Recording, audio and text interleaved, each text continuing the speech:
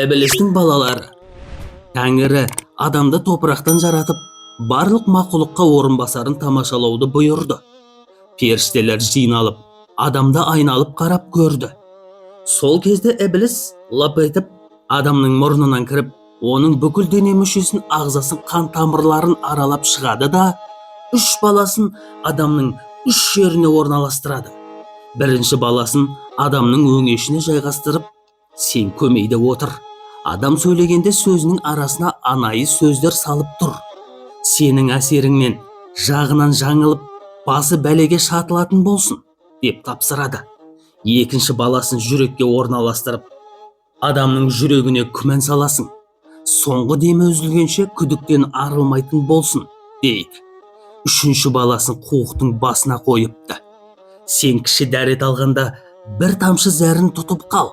Адамдар құлшылыққа кірісіп, намазын өтіп жатқанда бір тамшы зәрді ағызып, оның дәретін бұзасың, дейді. Содан бастап ібілістің 3 баласы адамның 3 жерінде отырып, кесірін тигізетін болыпты.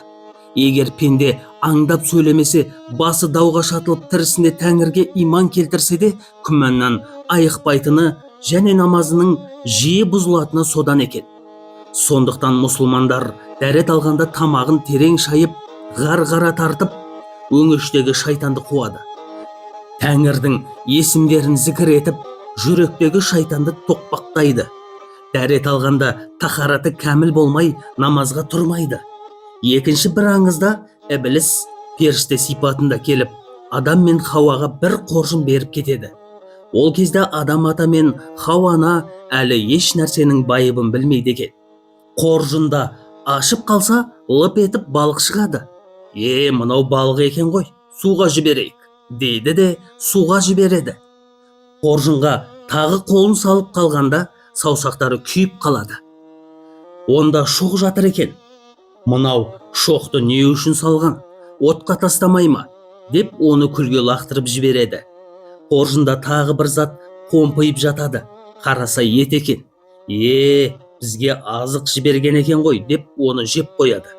Қоржындағы 3 зат ібілістің балалары екен. Кейін ібіліс балаларын шақырып алып, үшеуің жайлы жерге орналастыңдар, дейді шаттанып. Балыққа ұқсайтын ұлына сен суға келген адамды азғыр, дейді.